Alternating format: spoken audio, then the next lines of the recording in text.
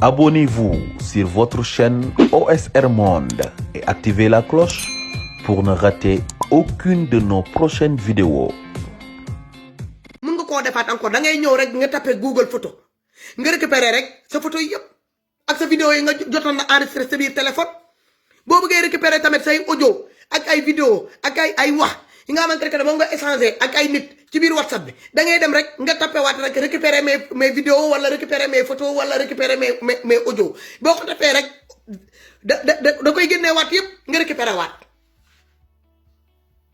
jël leen seen temps boobu dina fekk ngeen copier seen répertoire bi tur ngeen jël benn carnet bind tur sant ku ci nekk numéro téléphone am ngeen teg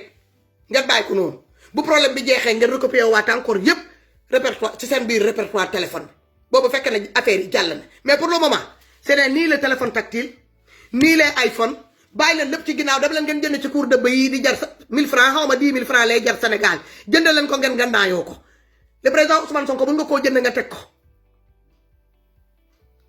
gis nga même ces vrais criminels là qui sont ici là hein ñi nga xamante ne ñoom nekk di manipuler Macky Sall la muy bëgg di dóor ci kaw population ñoom yi seen jëmmu bopp am na ñaari téléphone la ñëw rek am nañ ci cours dëbb yi ñi am ci tactile yi am nañu ci cours dëbb yi Emmanuel Macron bu bëggee wax ak famille am wala mu bëgg a wax ak entourage ami proche cours dëbb yi lay jël Vladimir Poutine même chose chinois yi ñoom mii seen bopp ñoom mii kër dëbb yi la ñuy jël parce que ñoom xam nañu que ces anciens téléphones là kenn defaratu ko moo tax ñoom yii lañ ci yor des différentes marques nag ñu teg ko bu ñu utiliser bii bu demee ba mu commencé bañ ñu dem jëndaat ñu dem ut jëlaat beneen ñu def ko ci léegi nag les tactiles là c'est pour parler de ce qui se passe dans le pays moom lañ ciy wax mu leen na que ne même ku ko capté ku ci kii moom la ñuy yóbbu seen téléphone yooyu rafet yooyu ñuy teg noonu ci aux yeux de tout le monde c'est pour réeree nii ñi les vrais téléphones ñoom fu ñuy waxee seen soxla ci bii la cour de bay yi la ak seen tolkuwal kii seen téléphone yi pook pétapouf yooyu bu nga xamante ne que ne buñ la ko mayoon doo ko jël bu leen ko xeeb jël leen ko xam ngeen man maa ngi nii dem naa leen génnee lii su ma leen newoon dama ko amoon fii di ngeen ko gëm yor naa lii de mi ngi nii lii nii lay ubbee bii nii lay ubbee danga koy pousse ci kaw mu yéeg nga composé wàll li ngay wax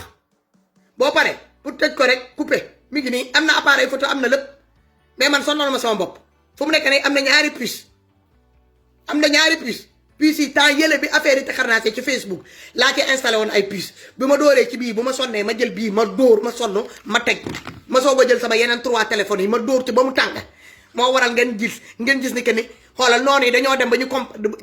ba ñu gëlëm xamatuñu kan lañ ko ñuy posé aux questions est-ce que man nit laa man fa lay jaaree ak noonu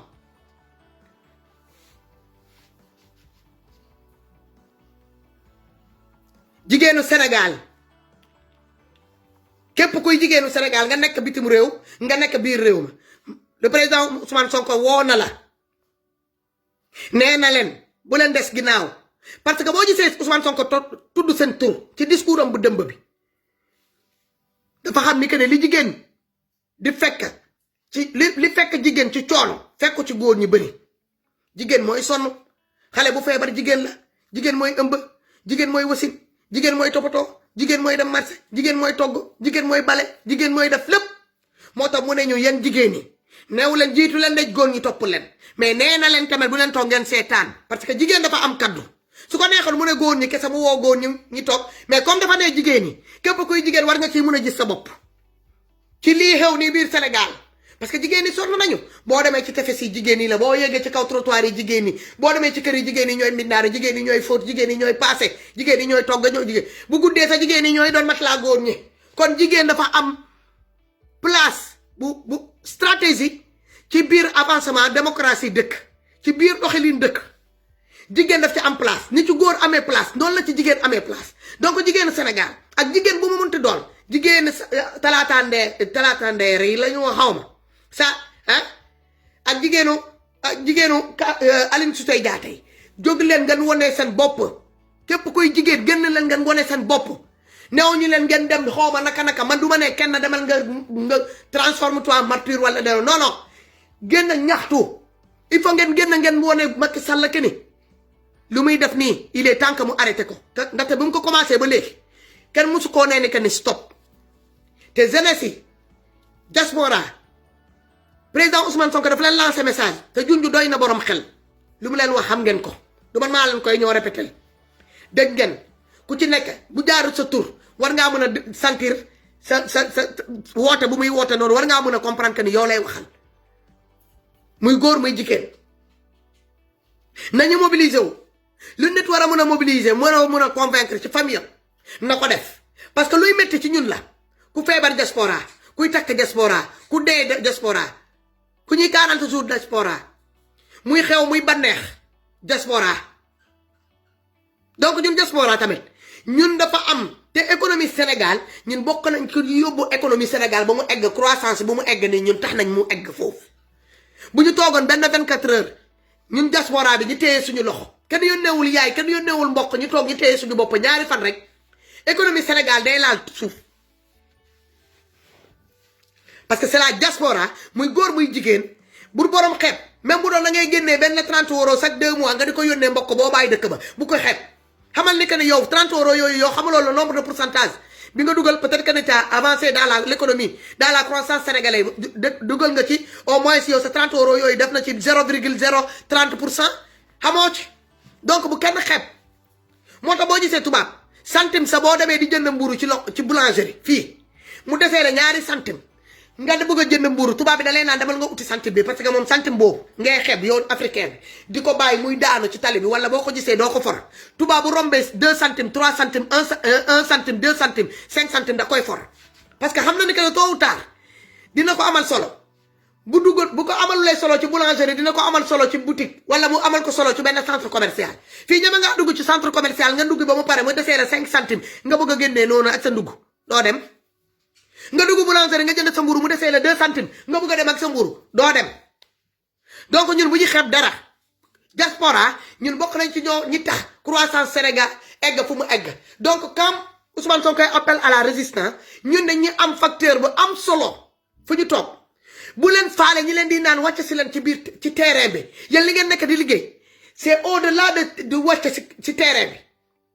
parce que ñun yëpp mënuñoo wàcc ci biir terrain bi même fii ay jamono temps bi muy tàngani première guerre mondiale ak deuxième guerre mondiale du ñëpp a dem au front am na ñoo xamante ne dañ leen bàyyoon ci kër gi ñoo daan togg ñoom ñoo daan fóot ñoom ñoo daan faj ku ci nekk dafa amoon li tax du ñuy yóbbu ñëpp au front donc à la diaspora man ko toog di ma naan wàccal sur le terrain wala defal nii dama lay naan yow xamante n'a rien compris jusqu'à présent t'as pas compris le sens de résistance xamoo lan mooy doomi aadama xamoo lan mooy jàkkaarloog nit laaj ko sa droit ak say yelleef sa ak say yelleef xamoo ko foo mënti toog que ça soit au niveau national ou au niveau international mun nga ñaxtu say droit mun nga réclamer say droit fekk tu n'es pas sur place xanaa xamu leen loolu gars yi boo leen duggee ngeen partager s'il vous plaît boo leen duggee rek partager leen man mun ngeen bañ a bindal ma sa commentaire mais boo leen duggee rek s'il vous plaît partagez au maximum. Donc la diaspora là, j'ai vu des certaines personnes yoo xamante ne surtout des personnes là de réew mi ñi nekk ci réew mi ñoom ñoo nekk di def genre affaire yi mel noonu ils font des différents postes di naan wàcc leen ci réew mi def leen neel def leen nele ñooñu gis ngeen xam ngeen fu mu nekk ne robinet bi daa tëju bés bu Ousmane Sonko ubbee robinet bi ñoom dinañu rus bu dee am nañu rusukaay te ñi ma ci xam yépp muy góor muy jigéen gisuma leen ak benn kanam bu ànd ak dignité bu ànd ak éthique ak morale. C'est des gens qui sont sans éthique et morale. Ils portent le nom de leur leader même. Ils véhiculent la façon de faire de leur leader qui est Idrissa Chakal Seck. Le juge d'instruction là nan la sant Seck xool leen ma rek Idrissa Seck dugg na ci gouvernement bi moo àndoon ak ñoom Ousmane Sonko après les élections njuuj ndaañ na foofu gars yi bëgg a génn tàngal mu ne leen wàccee leen bu leen kenn tàngal boobu nekk ne moom mi ngi doon sóoraale demoom bi defar na balisam ba pare mu doon xaar jour si pour mu taxu mu téye ñëpp wàccee ñëpp ba nit ñi foog ni que ne Idi de ak Ousmane Sonko de ànd nañ anamu Idi demut mu bàyyi Ousmane Sonko tey ñi ngi noonu di créer Ousmane Sonko ku dem kan moo lan moo leen woon ni que ne Idi nekkul suñu nekk di togg affaire yi parce que les salons les salons de massage là Idrissa Seck est mieux placé pour le savoir gis ngeen fi image yi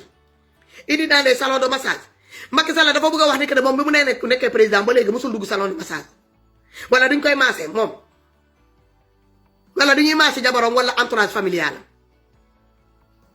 dem salon de massage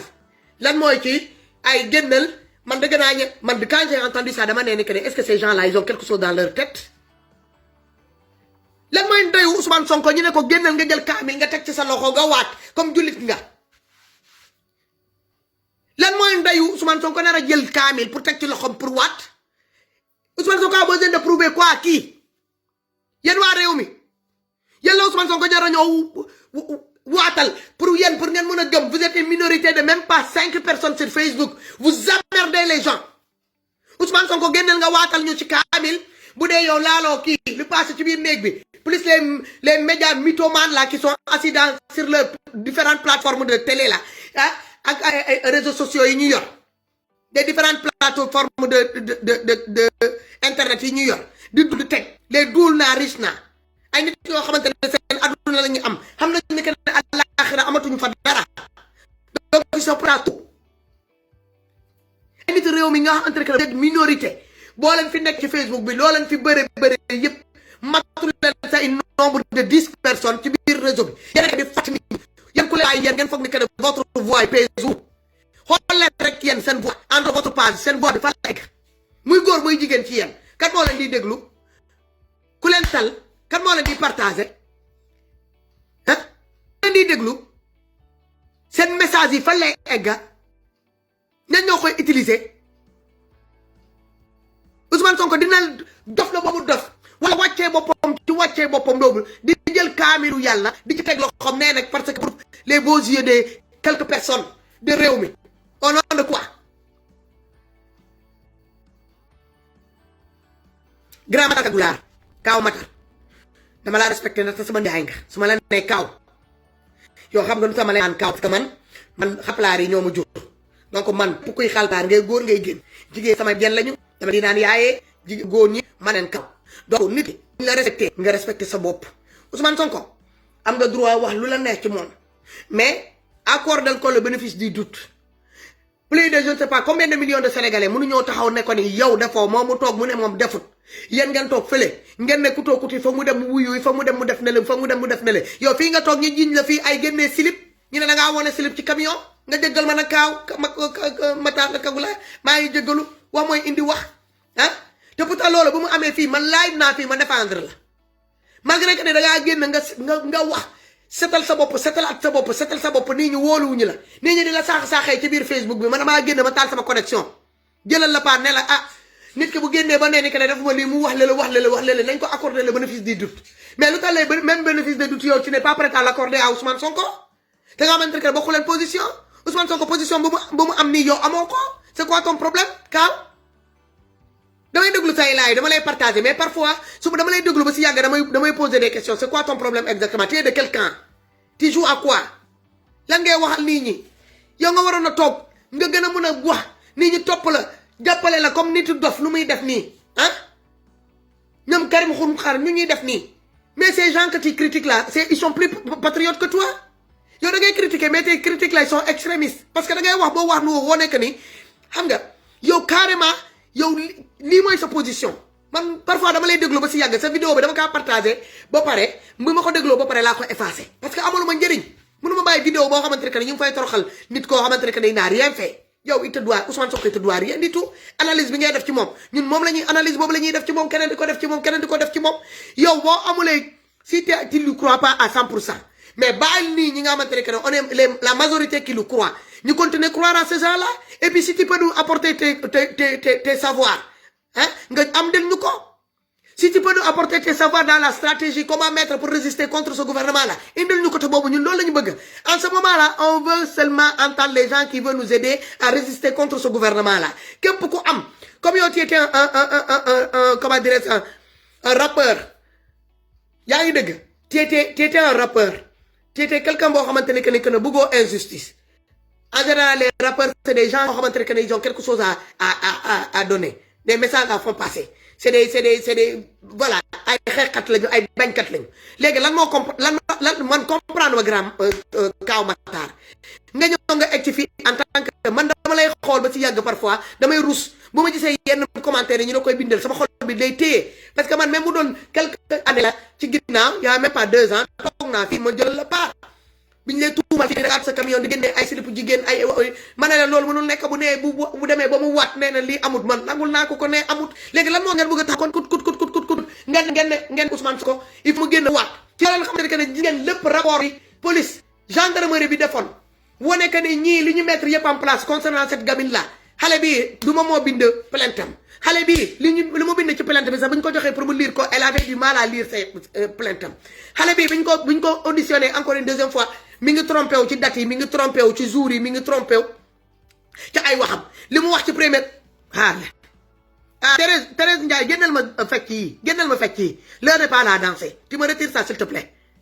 gisoon naa la tamit ci benn live sànq nitu dof muy live tamit nga nekk foofu di fecc rek bu dee da ngaa namm fecc nga dem xool benn bayal nga dem woo tëggkat yi ñu dem tëgga foofu nga fecc mooy tamit même chose xam nga nu mu tuddati ñeneen ñi tamit waa réew mi tamit ñuy wax la même chose waa génnal nga waat waa génnal nga def lii Ousmane Sonko veut sacrifier le peuple non Ousmane Sonko fait appel aux patriotes les vrais patriotes dafa bëgg Sénégalais yi atte parce que xam na ne justice Sénégal ko fii di atte doolu justice bu équitable justice nguur la nekk justice pouvoir la donc Ousmane Sonko loolu la xam moo tax il appelle à la justice du peuple sénégalais moom soxlawu la justice des justiciers de ces gens-là les procureurs par procuration des juges d'instruction ñi nga xamante ne que dañ leen di ay instruction porte bien son nom ce juge c'est là juge d'instruction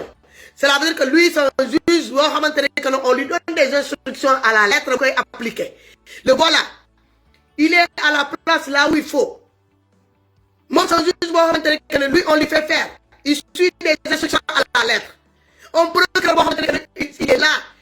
il est là que par procuration c'est pas lui qui écrit il va pas avec sa tête il va pas avec ses savoirs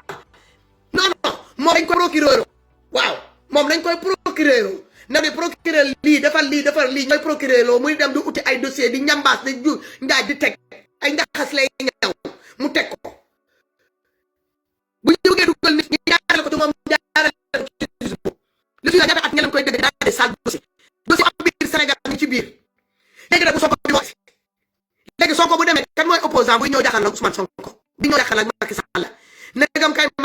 Idrissa Seck yéen waa réew Idrissa Seck wàcce na tubéyam juutu kay Macky Sall pour def ci ay neeferam ci benn poste ñu toogaat encore ba quelques années ñu waata mu ñëw mu mar neefere yooyu fu mu tufli mu saw fa puub fa ñu toog Macky Sall toog ba mu neex ko mu waat ko mu ñëw mu ne ko da ngaa bëgg a poste waa poste laa lay yóbbu poste fi nga puupoon noonu nga saw fa nga bàyyi fa say tufli foofu lañ lay yóbbu di nga ko mar di nga ko lekk loolu la mu toog il a vendu son âme au diable réew mi réduit en poudre mu leen na ngeen mën a def da ngay la yéen ay siirumaan ngeen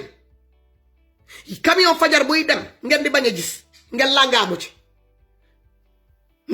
ci vous êtes des siirumaan yéen doo leen taxaw garage ñi yëpp leen ngeen fees yéen da ngeen di siiru di dugg dans les différents quartiers di dugg dans les différents villages dans les différentes di dem di siiru di uti ay ñi ngeen di jël di rappeler ay kii yéen vous êtes des siirumaan comme ni seen patron bi di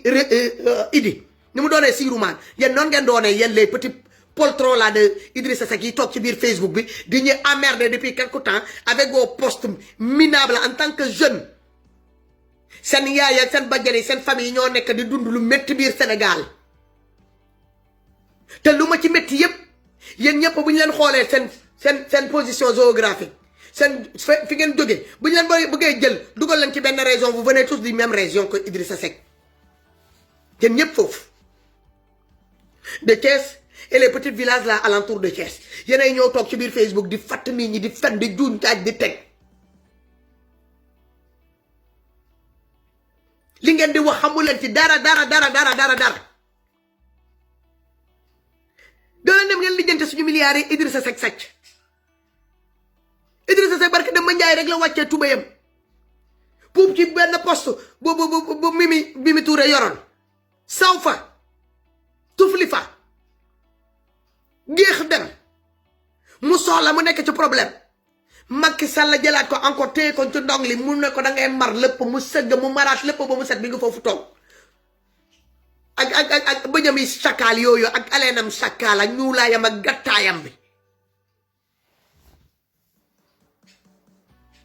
lii c'est que le lancement ñëwaguma ci yena parce que actuellement nii ñun on se bat pour la liberté on se bat pour notre dignité on se bat pour le comment dirais-je justice équitable au Sénégal. On se bat pour l'avenir de nos enfants. On se bat pour l'avenir de nos petits-enfants. Pendant ce temps-là, yéen a ngi naan faax toog fi ngeen toog xeexu leen pour seen justice bopp xeexu leen pour seen liberté bopp xeexu leen pour seen avenir doom xeexu leen pour seen avenir sëti xeexu leen pour seen dignité xeexu leen pour seen éthique ni seen morale xeexu leen pour seen justice équitable de kaw xeexu leen pour seen démocratie yéen li ngeen di xeex da ngeen di demee émotion. suñu leader ànd na léegi ak parti au pouvoir ñun léegi suñu bokk dañuy demee nii Macky kii Ousmane Sonko depuis au début yéen waa réew mi Macky da ngeen di teg Ousmane Sonko bët ngeen jël tel lii teg ko nee leen xaa mu daanu sinon dinaa leen ñëw jëlaat encore lengee xam ngeen seen bopp nag yan góoru wataban yi nekk ci biir Facebook bi ak yeneen jeeg yi moytu leen ma lii du menace nag man lu may wax damay passer à l'acte moytu leen ma su ma ñëwatee ci yéen xam naa fu muy dóor mu métti te bu boobaa bu ma dóoree foofu dëggantaan di ngeen génn bu boobaa di ngeen ma tudd bu boobaa la Facebook bi nag di gën a neexaat dinañu dekkiwaat 2021 Facebook bi dina gën a neexaat dinañ ko raat maag yéen ba 2024 vous êtes avertis nag seen bind yi seen poste yi des différents postes doome xaraam yi may gis ngeen koy def fan yi ngeen bëgg a jël plus de je ne sais pas combien de milliers d'habitants sénégalais ñoom yëpp àndanee waaw yéen ngeen doon benn minorité de même pas 4 xaw ma 5 personnes ci biir Facebook bi ngeen bëgg a lëmbee Facebook bi bëgg a ñoo téye xoj ñu mais boo la bëggee transhumé lan parce que ki ngeen di àndal sax di Idrissa Seck di xaju xaraamata njaay boobu traître foo ko fekk 1m20 bu ko mesuré day ëpp topp leen ko kooku xamu leen sa faalewu leen gisuma benn plateforme réew mi bu ñu créé ba yéen ñi gis leen ci biir bi tii depuis élection 2019 bi passé kenn déggu leen fenn ngeen yuuxu fii ba seen baat yi dee man gisuma ban waa réew mi laa toog ma gis que mi ngi liggéey en étroite collaboration avec Idrissa Seck bu muy transhumé sax da leen bett xam nga ñun Ousmane Sonko buñ koy ñu mu traité bi ngay tuumaal de viol ñun bettuñu xamoon nañ ne que ni sont capables de tout yéen nag quand votre leader là ce chacal là de Idrissa Seck là quand il transhumé là da leen bett daa defar ay valises ba pare nax leen ba élection yi jàll comme vous êtes des poltrons xamu leen li ngeen bëgg vous avez vendu votre dignité moo tax ngeen toog ngeen topp ko ngeen koy xaar quand il transhumé là il vous a même pas demandé la permission dafa dem ngeen soog koo yëg yéen ak sénégalais yéen a ko yëgandoor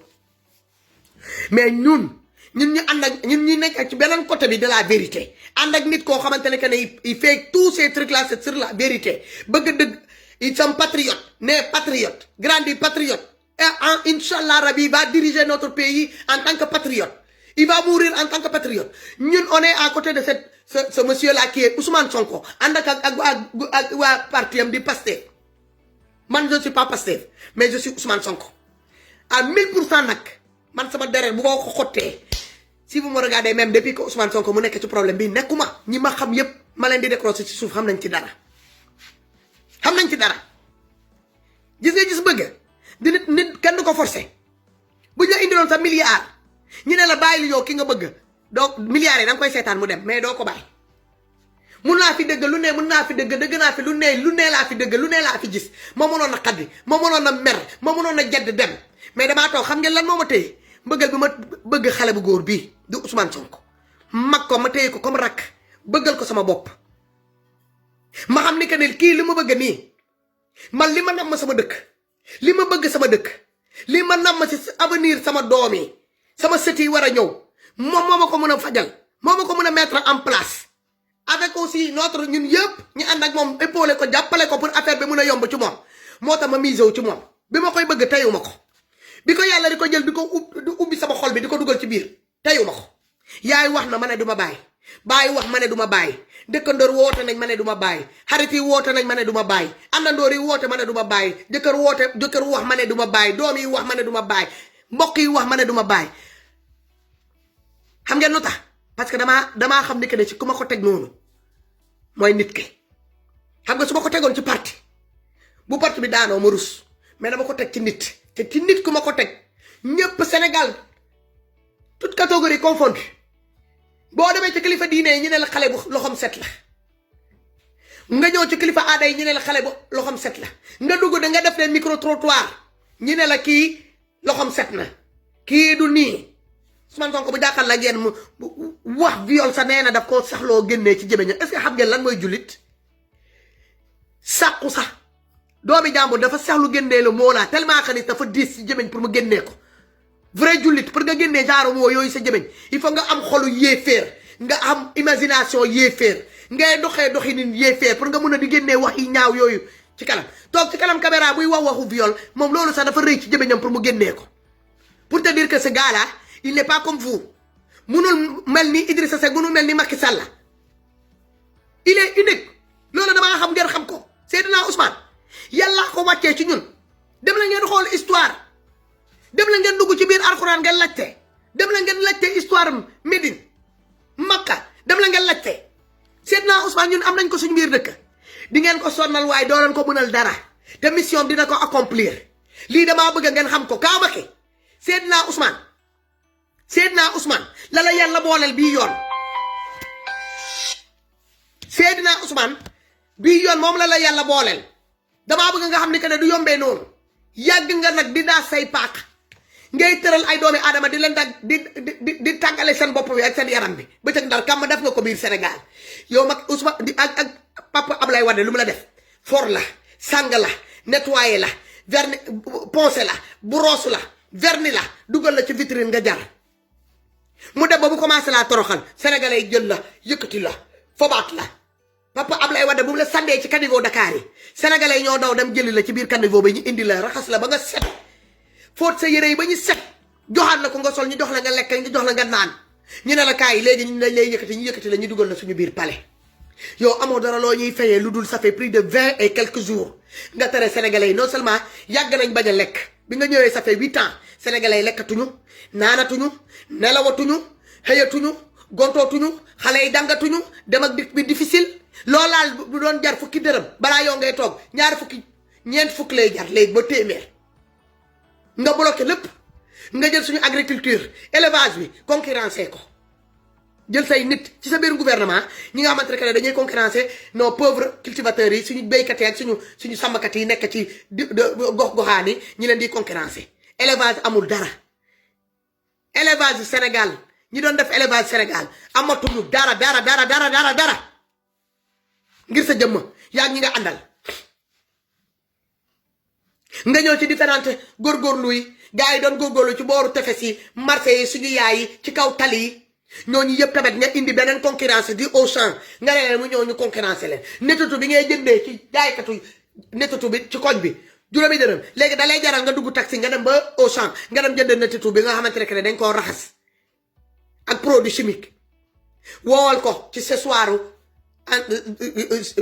kii usines yi ba mu wow ñu dugal ko ci sachet yi avec des produits de conservation longue conservation nga jël loolu te nga yàgg a lekk nettatu boo nga xamante ne moom la yaay ay da doon jaay ci koñ bi ay weer nga yàgg di ko lekk jajje bi nga xamante ne moom la yaay ay da doon jaay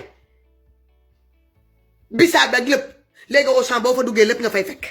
nga indi loolu yëpp nga tegal ñu ko indi Carrefour tamit teg ko ay sénégalais yu ubbi woon ay wari ay Orange Money yaa ngi leen di xeex ngir lan la ñoom Free yi nga indi ak ñoom Orange yi nga indi en place léegi Orange Money bi boo leen demee ba ci kanam Orange ci boppam mooy ñoo créé Orange Money beneen tur lañ koy jox du doonati Orange Money ak Free ñoom ñooy jël les marchés là de Orange Money ak ay ñoom monnaie ay ñoom kii ñoom wari yi ngeen doon am noonu xam nga amoon na certain moment dañoo amoon problème ñaari Free ak Orange foo leen fekk ñaari ñaari doomu aadama yi ñooy jiitalante dëkk bu nekk bu fa Orange installé woo lu mu yàgg Free da koy topp si il se la joue devant les gens que c'est des ennemis en coulisses c'est des deux patrons yoo xamante ne ñoom ñooy jëlandoor seen te ñooy wàccandoor même hôtel yi la ñuy wàcc même casino yi la ñuy fréquenter même goût de jigéen la ñuy am ils vont passer leurs vacances pratiquement dans les mêmes palaces dans les mêmes îles foofu la ñuy dem ils font chier le monde quand ils sont devant les caméras en coulisses ils sont tous pareils ils se tapent sur les épaules c'est pas des ennemis jurés Macky Sall xam na loolu mu bëgg a jël sénégalais en otage bëgg ñoo gëmloo donc bu ñu leen nee résistance man maa ngi wootee à la résistance à tous les patriotes sénégalais muy góor muy jigéen commencé ko sama biir famille sama ñoom papa su ma nee sama ñoom papa sama rakk papa yi góor jigéen sama côté yaay sama frère yi sama sœur yi samay cousine képp koo xamante ne sama famille nga je vous appelle à la résistance pour génn ngeen woote bu sénégalais génnee di wone seen mécontentement ci lii xew nii bëgg naa ngeen bokk ci comme bele yoon sama frère bi génnoon di doon filmer jàmbarloog police ak gendarmerie bu Bignona ba mu sab ba ñu arrêté ko yóbbu ko même chose laa bëgg tamit bii yoon ngeen génn ngeen dem ngeen jàkkaarloo avec ces gens là la police sénégalaise je vous appelle en retenue vis-à-vis de vos frères et sœurs ñii ñoo jàkkaarloo ak yéen police bu génnee fetal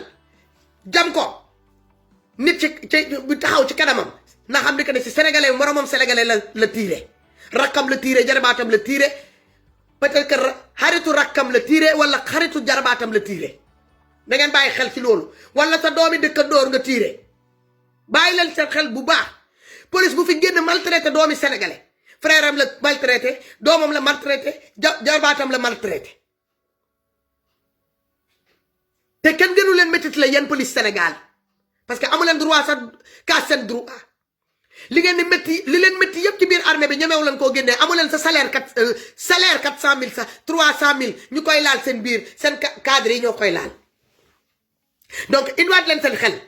li patriotes yi li jeunes yi góor jigéen di xeex temps yi di ko wax c'est dans votre intérêt parce que Ousmane Sonko bu toogee seen yéen dinañ leen valoriser seen salaire yéen policier Sénégal yéen gendarme Sénégal dinañ valoriser seen salaire yéen militaire Sénégal dinañ valoriser seen salaire Sénégal ngay gis militaire gendarme policier agent eaux et forêt agent service d'hygiène agent de kii yi di mu traité pompier dinañu liggéey ba retraité doo ci gis koo xamante ne que ne dina am sax pension de 100 000 francs CFA 100 000 francs CFA pour nga laal san salaire de 200 000 francs CFA sax jamono bi ci nekkoon sa ci sa digg doole problème la waxtu bala nga jël sa retraite pour nga gis un policier ou bien un militaire ou bien un gendarme ou bien un agent eaux et forêt wala un agent de service d'hygiène wala benn pompier buy laal salaire de plus de 200 000 wala 300 000 jëm ci kaw dañ koy compter peut-être vos cadres mais du yéen donc cette frustration là bu leen ko ñoo wàccee ci sa vos frères là parce que ñun lu ñuy xeex